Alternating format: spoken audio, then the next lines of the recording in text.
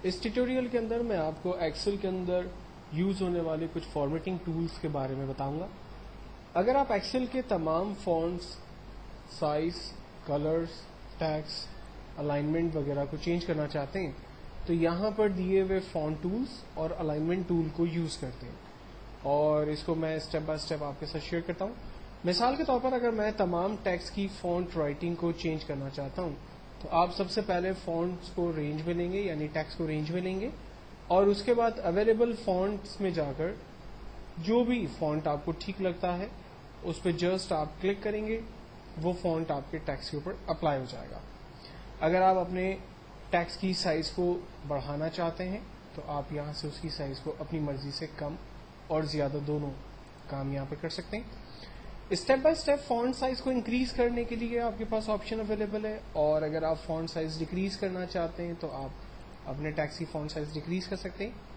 Text کو bold کر سکتے ہیں، بولڈ ختم بھی یہیں سے ہوگا. اٹیلک کر سکتے ہیں، ختم بھی اسی ٹول سے ہوگا. انڈر لائن کر سکتے ہیں،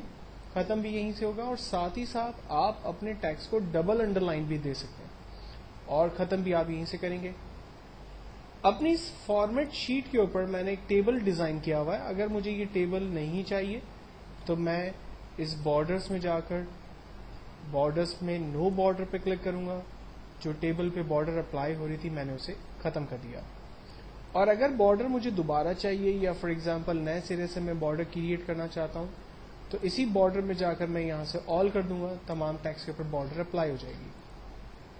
اگر میں اپنے ٹیکسٹ کے بیک گراؤنڈ پہ کوئی کلر فل کرنا چاہتا ہوں، جن سیل پر میں کلر فل کرنا چاہتا ہوں، فرسٹ اس کو ہم رینج میں لیں گے، اور اویلیبل کلرز میں جا کر جو بھی کلر آپ کو ٹھیک لگتا ہے اسے ہم جسٹ سلیکٹ کریں گے. فونٹ کلر پہ جا کر اگر میں اپنے ٹیکسٹ کی فونٹ کلر کو چینج کرنا چاہتا ہوں تو فونٹ کلر میں جا کر اپنے فونٹ کی کلر کو چینج کر سکتا ہوں. آپ نے نوٹس کیا ہوگا کہ اس تمام کام کے لیے ہم نے ٹیکسٹ کو رینج میں لیا، کیونکہ یہ کمپلسری ہے کہ اگر آپ فونٹ کی فیس کے اوپر bold italic under line colour وغیرہ سے ریلیٹ کچھ کام کرتے ہیں تو اس کے لیے رینج کا ہونا، یعنی آپ اسپیسیفک ایریا کو سلیکٹ کرتے ہیں اور کمپیوٹر کو بتاتے ہیں کہ اس ایریا کے اوپر ایگزیکٹلی ٹیکسٹ کو بولڈ اٹیلک انڈر لائن کرے، یا پھر جو بھی کمانڈ آپ اپلائی کرنا چاہتے ہیں. تو ضروری کہ آپ سب سے پہلے اپنے ٹیکسٹ کی رینج ضرور بنائیے. دین اس کے بعد الائنمنٹ سے ریلیٹ ٹول سے میں چاہتا ہوں کہ اپنے ٹیکسٹ کی الائنمنٹ کو میں لیفٹ،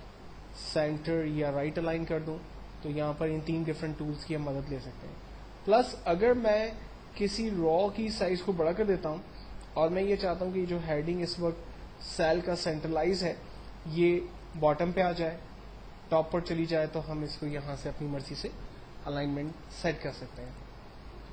ساتھ ہی ساتھ ایک نام میں نے یہاں پر ٹائپ کیا ہے سید محمد احمد. یہ نام اتنا زیادہ بڑا ہے کہ ایک کالم کے اندر ٹھیک سے نہیں آ رہا اگر میں کالم کی سائز کو باقی تمام ٹیکسٹ کے حساب سے صحیح کرتا ہوں. تو اس کا ایک دوسرا طریقہ یہ ہو سکتا ہے کہ آپ را کی سائز کو بڑا کریں اور یہاں پر مرج وارپ ٹیکسٹ کی کمانڈ کو استعمال کریں. وارپ ٹیکسٹ کی کمانڈ کو استعمال کرنے سے آپ کا جو ٹیکسٹ تھا، یعنی جو نیم تھا، وہ ایک سیل کے اندر ایڈجسٹ ہو گیا. وارپ ٹیکسٹ کو ختم کر دیں گے تو یہ دوبارہ اپنی اوریجنل پوزیشن پہ آ جائے گا، اور کلک کریں گے تو دوبارہ یہ ٹیکسٹ ایک ہی سیل کے اندر ایڈجسٹ ہو جائے گا. دین اس کے بعد مرج ان سینٹرلائز ہے. فار ایگزامپل یہ جو میں نے مارک شیٹ ڈیزائن کی ہے، اس مارک شیٹ کے ٹاپ پر میں نے جو ہیڈنگ رکھی ہے، میں چاہ رہا ہوں کہ اس ہیڈنگ کو میں سینٹرلائز کروں یا اس کی سینٹرلائز ختم کروں. تو اس کا سمپل طریقہ یہ ہے کہ آپ ٹیکسٹ کو رینج میں لیں گے ٹل دا لاسٹ کالم، جہاں تک کہ آپ کا آخری کالم ہے وہاں تک کی رینج آپ کریٹ کریں گے، اور دین اس کے بعد مرج اینڈ سینٹر کے بٹن پہ کلک کریں گے تو آپ کی مارک شیٹ جو ہے وہ آپ کا ٹیکسٹ جو ہے وہ سینٹر ہو جائے گا آپ کی شیٹ کا. ہیڈنگ جو ہم نے یہاں پر کریٹ کی ہے، اگر میں چاہ رہا ہوں کہ یہ ہیڈنگز کی الائنمنٹ کو میں اپنے حساب سے سیٹ کروں تو یہاں پر الائنمنٹ کے ڈفرینٹ آپشنس اویلیبل ہیں، جس پر جا کر میں اپنے ٹیکسٹ کی الائنمنٹ کو سیٹ کر سکتا ہوں یا اپنے حساب سے جس طرح سے چاہے وہ رکھ سکتا ہوں. اور اگر اسے ٹھیک کرنا ہے یا ختم کرنا ہے تو جسٹ ہم اسی بٹن کے اوپر دوبارہ کلک کریں گے تو ہمارا ٹیکسٹ جو ہے وہ دوبارہ سے ٹھیک ہو جائے گا. نیکسٹ ایک اور آپشن کو ہم دیکھ رہے ہیں کٹ کاپی پیسٹ. اگر میں چاہتا ہوں کہ میرا یہ پورا ٹیکسٹ شیٹ نمبر 2 پر کاپی ہو جائے تو اس کا سمپل طریقہ یہ ہے کہ آپ فرسٹ اپنے ٹیکسٹ کی رینج بنائیے، دین اس کے بعد کاپی کے ٹول پہ کلک کریں، شیٹ 2 پر جائیں اور